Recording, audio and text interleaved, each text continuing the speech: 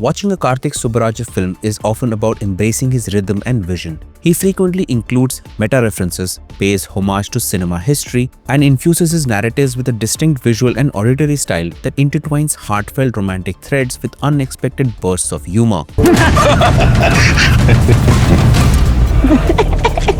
And a prime example of all these traits is the incredible 15-minute one-shot sequence in Retro, which stands out as one of my favorites from Karthik Subbaraj's filmography. That sequence is just spectacular. It's just so exhilarating. Paari, played by Suriya, is on the cusp of a new life. He's marrying Rukmani, played by Pooja Hegde, and has promised her he would finally leave his violent criminal past behind.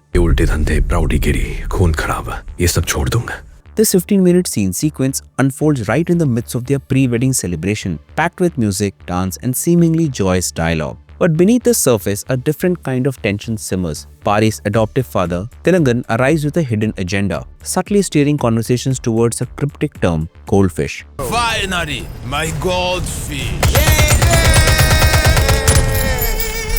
The audience knows nothing about this goldfish, and the scene masterfully builds suspense around Paari's desperate attempts to hide his simmering rage and protect Rukmani from the dark secrets he's trying to bury. What Karthik Subbaraj and his team pull off here is nothing short of breathtaking. A 15-minute single-take scene is an immense technical challenge, and what makes this scene truly remarkable is how it flawlessly immerses us in a world where celebration clashes with danger, and every passing second heightens the underlying suspense, all within a continuous unbroken gaze. To go from that incredible dance to a father-son confrontation to an actual attack and have it just be so seamless.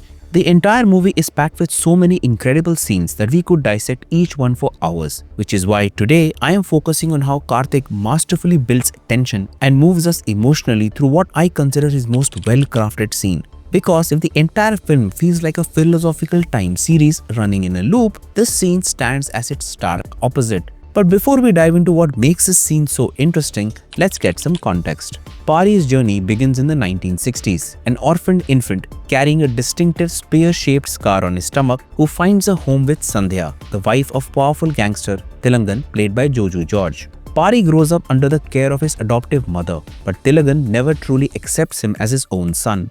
After Sandhya's death, a teenage Paari meets Rukmani at their mother's funeral rites in Varanasi. On their way back to Thoothukudi, Tilangan is about to be ambushed by the goons of his brother-in-law when Paari, who has honed his martial arts skills, steps in and rescues Tilangan. Despite Tilangan's initial reluctance, Paari eventually earns his respect, leading the gangster to affectionately refer to Paari as his indispensable iron hand. Fast forward to 1989, Paari is a loyal enforcer in Tilangan's criminal enterprise, a life he continues even after Tilangan's remarriage. Paari's life takes a significant turn when he reconnects with Rukmani, who he first met years ago at their mother's funeral.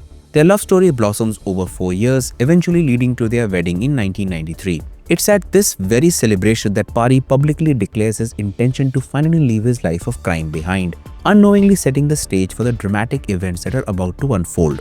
Beyond Paari's personal journey, the audience, by this point, also carries a few crucial pieces of information. The mysterious enigma known as goldfish, the fact that Paari cannot smile, or better said, doesn't know how to smile, and the ever-expanding reach of Tilangan's criminal empire. With all these threads weaving together, let's bring our focus to the wedding scene, a sequence structured across 3 distinct levels. The main floor, where the lively pre-wedding celebrations unfold, filled with music, dance, and guests. The terrace, the floor above, offers a private elevated space. The dining hall, the floor below, is a more secluded area. Each of these levels becomes a stage for different parts of the drama, driving distinct themes and leading to shocking outcomes. The scene kicks off with a shot of a laughing Buddha, a symbol of happiness that will become deeply ironic. From there, the camera glides through the joyous wedding, capturing guests congratulating Paari and Rukmani. Tilangan arrives with his family and loyalists, congratulating the couple before breaking into an energetic dance. As the music swells, one of the year's most foot-tapping numbers, Kanima by Santosh Narayanan, bursts forth. His music, singing, and spirited dance ignite the sequence. As an audience, you anticipate a routine wedding celebration full of dancing, rejoicing, and a peaceful good night. But this piece is fragile. The camera follows Paari as he is subtly pulled away to the terrace. Here, his adoptive father, Tilangan, confronts him. The issue at hand, Paari has sabotaged goldfish. At this moment, we, the audience, still have no idea what goldfish truly is. Only in the film's climactic moments it is revealed to be a critical arms deal involving smuggled weapons for a powerful prime ministerial candidate, Dharman, played by Prakash Raj. So as Paari and Tilagan speak on the terrace, Goldfish remains an open, ominous question for the audience. Paari admits his guilt in sabotaging Goldfish, but fiercely refuses to reveal its location. You can almost feel Paari's intense internal war, his desperate desire to protect his new life clashing with the ingrained loyalties and dangers of his old one. This refusal is his chosen path to peace, his way out. Their heated exchange is suddenly interrupted by Rukmani, who comes searching for her would-be husband. The scene transforms instantly from an intense quarrel to a moment of deceptive calm, appearing as a simple father-son interaction before the wedding couple departs for their new life. As Paari and Rukmani head back to the main floor, Tilagan's subtle actions speaks volumes. He tells his immediate family to go home. He anticipates things going wrong. He knows this matter won't be resolved peacefully. The couple return to the main room and rejoin the dancing. However, the calm is again disturbed. Tilagan subtly signals Paari to come to the dining hall, the floor below. As the audience, we wonder why Paari even listens to him.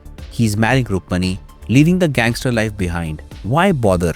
But deep down, Paari knows that until he buries the hatchet and comes clean with Tilagan, he and Rukmani will never truly live in peace. The discussion quickly escalates from negotiation to an outright threat. Tilagan demands Goldfish and Paari remains resolute in his refusal. Meanwhile, the vibrant music and dancing continue on the floor above, entirely oblivious to the life or death stakes unfolding just beneath them. Paari makes a comment that quickly backfires. He references the story of a king's soul trapped in a parrot, implying that Goldfish is Tilagan's soul trapped with Paari, rendering Paari immune to Tilagan's wrath. To this, Tilagan delivers a devastating retort, just like your soul is trapped in Rukmani. This chilling response shatters the fragile balance, leading to an intense and brutal fight. Enraged, Tilagan leaves the dining hall, a knife secretly clutched in his hand, intending to kill Rukmani. The reactions in the main room are gripping as guests spot Tilagan with the hidden knife, their faces shifting from joy to confusion and fear. No one truly comprehends the horror about to unfold. Desperate, Tilagan lunges for Rukmani. Even as Paari rushes to her rescue, you might fleetingly hope he'll control himself for the sake of his promise to Rukmani, but the exact opposite happens. In a brutal act, Paari severs the very hand of Tilagan that holds the knife. This moment is deeply symbolic. The iron hand that Paari once was for Tilagan is now both literally and figuratively no longer an instrument of Tilagan's power. The camera, unflinching, then drifts back to that laughing Buddha, now a haunting, silent witness to the shattered promise of peace. This entire 15-minute marathon is pure, uncut Karthik Subbaraj. The way the festive music and dance are starkly juxtaposed with the rising dread, the palpable tension, and the eventual explosion of violence is a masterclass in tonal control. It's filmmaking that doesn't just ask you to watch but to feel every second. The events of this scene powerfully set up the next chapters of laughter and war, eventually propelling Paari closer to his destiny as he searches for Rukmani.